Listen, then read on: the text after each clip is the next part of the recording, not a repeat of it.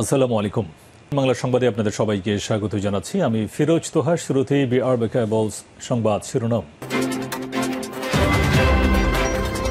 বাংলাদেশের সর্বশেষ গুরুত্বপূর্ণ আপডেট সংবাদে আপনাকে স্বাগত। শুরুতেই সংবাদ শিরোনাম, পরে বিস্তারিত। প্রথমে জানাবো, দাবি মানার আশ্বাসে আন্দোলন প্রত্যাহার জবি শিক্ষার্থীদের।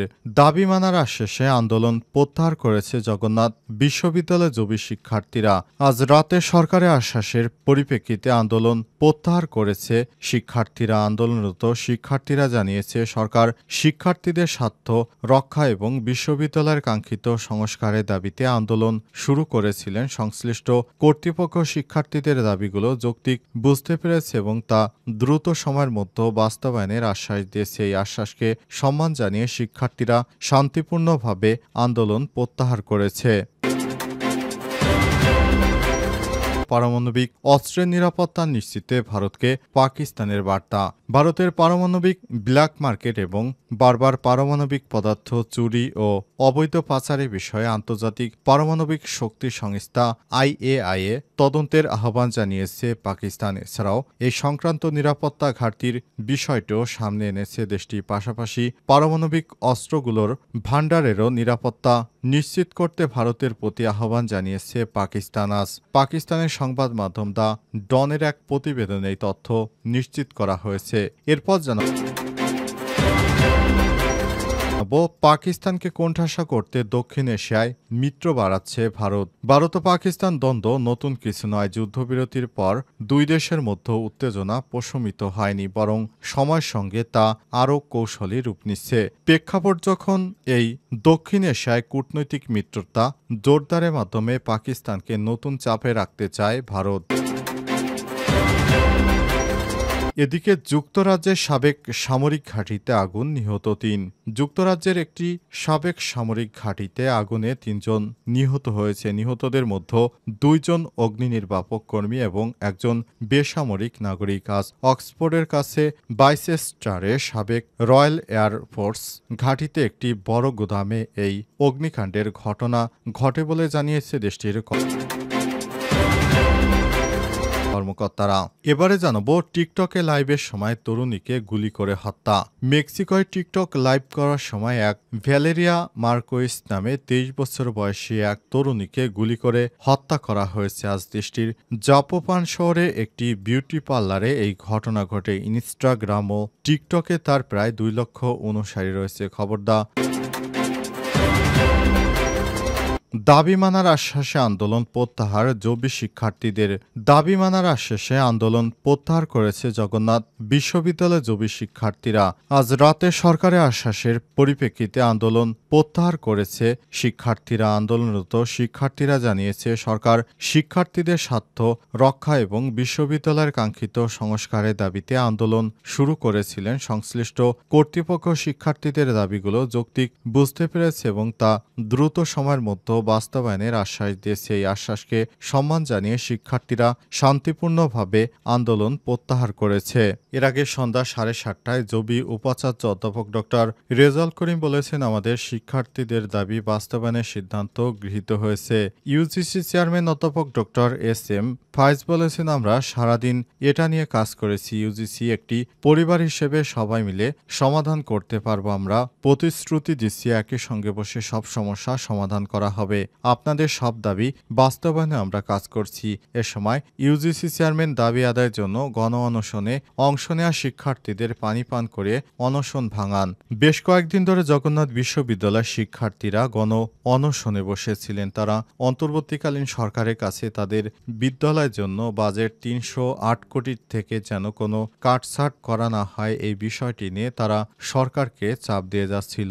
সরকারের পক্ষ থেকে দাবি না মানা পর্যন্ত তারা তাদের অনশন কর্মসূচি চালিয়ে যাওয়ার সিদ্ধান্ত নেয়। বেশ কয়েকদিন তারা এই অনশন চালিয়ে যায়। অবশেষে সরকারের পক্ষ থেকে তারা চূড়ান্ত প্রতিশ্রুতি পাওয়ার পর তাদের সেই গণ অনশন প্রত্যাহার করে নিয়েছে। এতে ঢাকা শহরে সাধারণ মানুষ হাঁপ ছেড়ে বাঁচার সুযোগ পেয়েছে।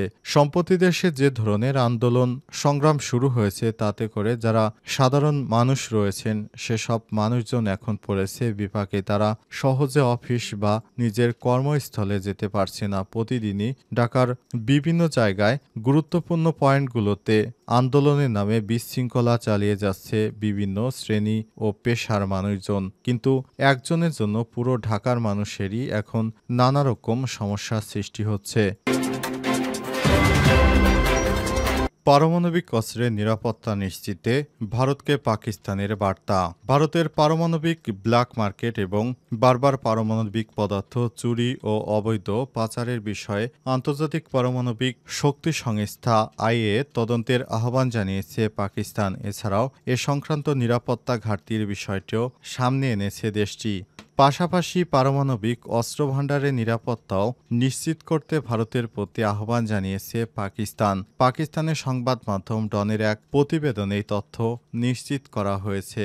পাকিস্তানের পররাষ্ট্র দপ্তর ভারতের রেডিও অ্যাক্টিভ উপাদান চুরি এবং অন্যান্য নিরাপত্তা ত্রুটির একাধিক ঘটনার উল্লেখ করে বলেছেন, পাকিস্তান এই ঘটনাগুলি পুঙ্খানুপুঙ্খ তদন্তের আহ্বান জানাচ্ছে এবং ভারতকে তার পারমাণবিক স্থাপনা এবং অস্ত্রাগারে নিরাপত্তা নিশ্চিত করার আহ্বান জানিয়েছে। পররাষ্ট্র দপ্তরের বিবৃতিতে আরও বলা হয়েছে, এবং আন্তর্জাতিক সম্প্রদায়ের উচিত ভারতের বারবার পারমাণবিক ও রেডিও অ্যাক্টিভ উপাদান চুরি এবং অবৈধ পাচারের ঘটনা নিয়ে উদ্বিগ্ন হওয়া। এই বিবৃতি ভারতের প্রতিরক্ষামন্ত্রী রাজনাথ সিংয়ের শ্রীনগরে ভারতীয় সেনাদের উদ্দেশ্যে দেয়া বক্তৃতার তার প্রতিক্রিয়ায় এসেছে। শ্রী রাজনাথ সিং বলেছিলেন, আমি মনে করি পাকিস্তানের পারমাণবিক অস্ত্রগুলো যুক্তরাষ্ট্রের নিরাপত্তা বাহিনীর নজর দেওয়া উচিত এবং পাকিস্তানের হাত থেকে অস্ত্রগুলো তাদের নিয়ে যাওয়া উচিত, কারণ কোনো দায়িত্ব কাণ্ডজ্ঞানহীন রাষ্ট্রের কাছে পারমাণবিক অস্ত্র থাকা উচিত নয়, এমনটাই মনে করে ভারতের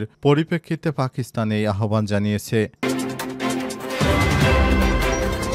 পাকিস্তানকে কোণঠাসা করতে দক্ষিণ এশিয়ায় মিত্র বাড়াচ্ছে ভারত। এবার পাকিস্তানকে কোণঠাসা করতে দক্ষিণ এশিয়ায় বিভিন্ন রাষ্ট্রের সঙ্গে মিত্রতা বাড়ানোর সিদ্ধান্ত নিয়েছে ভারত। এরই ধারাবাহিকতায় উত্তেজনা প্রশমিত করার জন্য বিভিন্ন রাষ্ট্রের শরণাপন্ন হচ্ছে ভারতের মধ্যে রয়েছে আফগানিস্তান। ইতিমধ্যেই আফগানিস্তানের বেশ কয়েকজন নেতা পাকিস্তানের বিরুদ্ধে যারা অবস্থান গ্রহণ করেন এসব নেতাদেরকে আমন্ত্রণ জানিয়েছে ভারত। তাদের সঙ্গে ভারত গোপনে বৈঠক করেছে।